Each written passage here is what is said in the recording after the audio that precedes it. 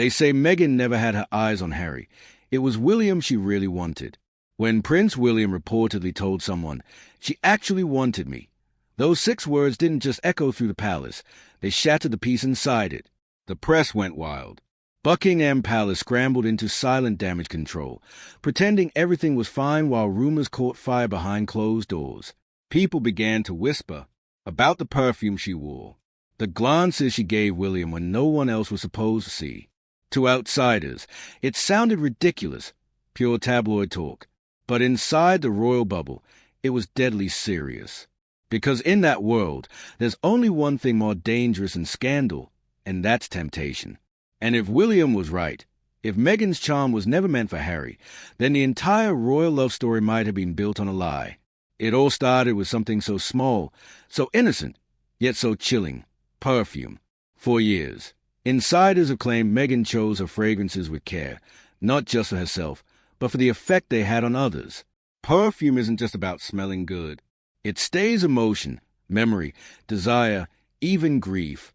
And when you remember who William's mother was, the late Princess Diana, the story takes an eerie turn.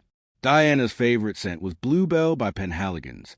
She also adored Diarissimo by Dior, but it was that Bluebell note that defined her: delicate, pure, unforgettable. And Meghan? Her go-to perfume, long before she married Harry, was Jo Malone's Wild Bluebell.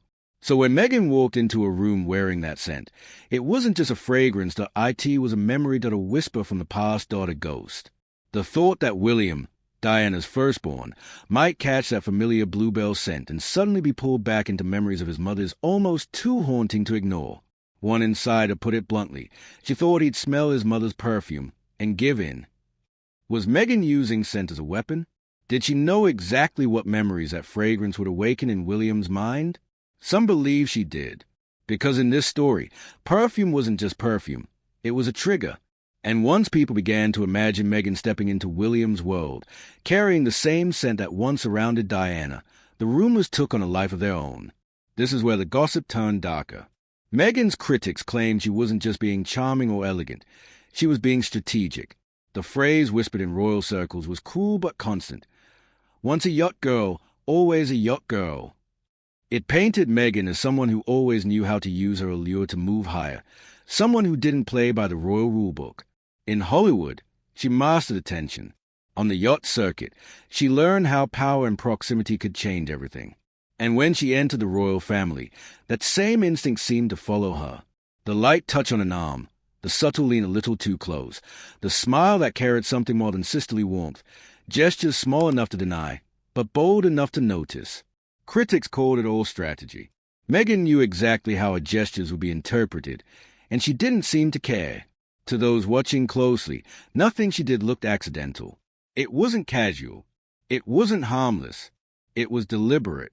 To them, this was Meghan proving she could still command attention, still make powerful men shift in her direction, even if one of those men happened to be her husband's brother and the future King of England.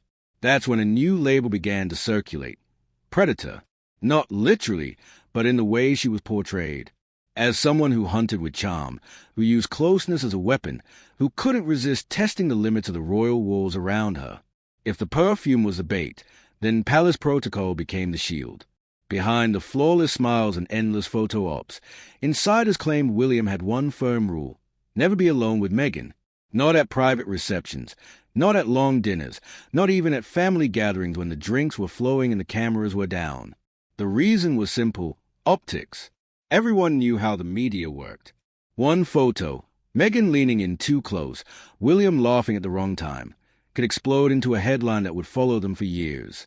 But it wasn't just about protecting William's image. It was about protecting Kate, the future queen, the woman who had spent her life mastering composure, grace, and quiet dignity, all the things a monarchy depends on to survive. The palace understood that protecting William from Meghan's charm also meant protecting Kate from humiliation. One royal aide even described it as a buffer system. There would always be someone nearby, a private secretary, a bodyguard, even a nanny, anyone, as long as Meghan and William were never left alone long enough for rumor to take root. It might sound excessive, but for a family built on image and haunted by scandal, Charles and Camilla, Fergie, and her infamous photos, Diana and her secret affairs, even the smallest whisper could become a disaster. And Meghan, with her Hollywood polish and that unforgettable scent, was seen as the perfect storm waiting to happen. Which lead to the real question, if Meghan did flirt, why? Some believe it came from jealousy. Kate had the crown ahead of her, the certainty of a future queen's life, while Meghan would always be the supporting act. Maybe she wanted to see if she could steal even a moment of Kate's light, to prove she could turn the future king's head, if only for a second. Others think it was about power. If Meghan could influence William, even slightly, it would show the palace that she wasn't just Harry's wife, she was a force on her own. Someone the royal machine couldn't dismiss or control so easily. Then came the darker theory that Meghan thrived on chaos, that pushing limits with staff, with Harry, even with William, was her way of proving she couldn't be controlled by anyone, not even the palace. The truth? We may never know. But what makes this story so magnetic is that it doesn't really matter what Meghan meant. What mattered was what people thought they saw. A smile became a signal. A laugh became a lure. A scent became a haunting reminder of the past. And in a royal family whose history is stitched together with betrayal, the idea that Meghan might have dared to flirt with the future king was a kind of rumor that never fades. It only grows stronger with time. This tension only deepened because Meghan and Kate couldn't have been more different. Kate was the definition of restraint. She understood every rule, and she followed them with flawless precision. Hands gently clasped, smiles calm and composed, movements graceful and contained. She was steady, reliable, the perfect queen in waiting. Meghan, on the other hand, was pure Hollywood energy. She laughed with volume, spoke with passion, touched arms, leaned in close. Where Kate was porcelain, Meghan was flame. Where Kate blended quietly into tradition, Meghan demanded the spotlight. And when they stood side by side, the contrast was electric. Every time Meghan edged a little too near William, the world noticed, and every time she did, Kate's quiet elegance seemed to shine even brighter. Meghan's laughter made Kate look calmer. Her fire made Kate seem even more royal. It wasn't just two women sharing a stage. It was two completely different visions of royalty, colliding in real time. One traditional, one modern. And in that collision, Meghan's every move looked sharper, bolder, and to some, more dangerous. But not everyone saw her as a villain. Many argued the whole thing was blown out of proportion.